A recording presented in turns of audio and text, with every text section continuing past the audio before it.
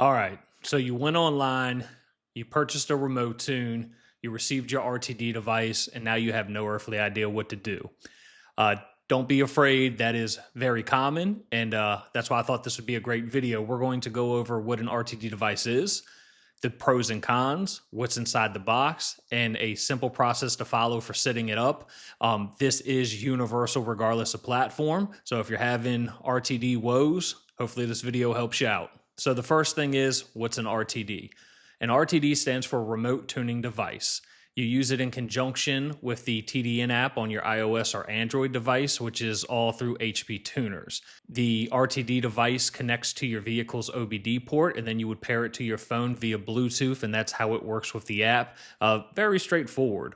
So let's talk about the pros and the cons. The RTDs typically retail for $230, whereas the MPVI-4 is $399.99. So definitely a little bit more savings than going with the RTD device. The biggest con really between the RTD and a standard MPVI-4 would be that you cannot use the full VCM suite on your laptop. You can use the scanner, however, you cannot use the editor. So you won't be able to read or write files via the editor. You cannot look at your tune, nor can you adjust your tune via your laptop in the actual HP Tuner software. All that has to be done through the app. The app has came a long way, but there is times where it can be a little glitchy. So I would say that is probably the biggest con. So what's inside the box? You're going to have your actual interface, which is what plugs into your OBD port. And then there is also going to be about a 6-foot USB to Type-C cable that you can use if for whatever reason you do have to use a laptop or use some type of other communication other than Bluetooth. That's really all that's included, and honestly, that's all you need. Enough of all the boring stuff. Let's actually get the app set up. All right, so the first thing you're going to want to do is download the HP Tuners TDN app, which you can do through either your iOS or Android Play Store. Once you have the app installed on your device, you're going to click on it. The first thing it's going to ask is if you would like for the TDN to send you notifications. I would suggest hitting allow for that. This is simply because I've already had the device paired before, so we're just going to choose Run Device Setup, which is an option you should have. And now it's asking us to allow Bluetooth. So now it's telling us to get started. Just grab your RTD device. And now it's stating to plug it into the OBD port of the vehicle, which for this situation, I am using my bench flashing, but it's essentially going to be the same thing as an OBD port. Now it is telling you to make sure that you have the steady green light, which we do currently have. So we're going to go ahead and hit ready. And now it is asking you to hold in the Bluetooth button until it starts slowly blinking blue. The Bluetooth button is the one on the far right. I'm going to hold that in. Now you see it is blinking blue. I'm going to hit next. And you can see it is pairing. Now it's activating the interface.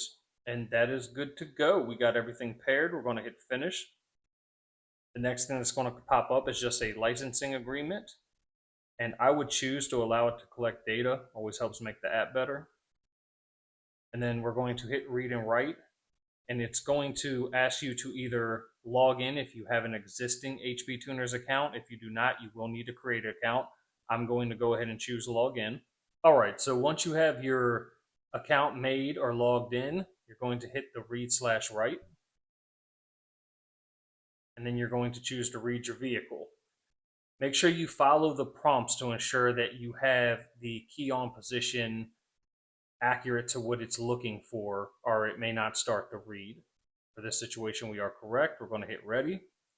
The next thing it's telling me is that if you have any Bluetooth devices like a Uconnect or anything like that in the car, you want to unpair them until you're done with tuning. If not, your phone may try to toggle between your other Bluetooth devices in the RTD app, which can cause issues with connectivity. I want to hit ready.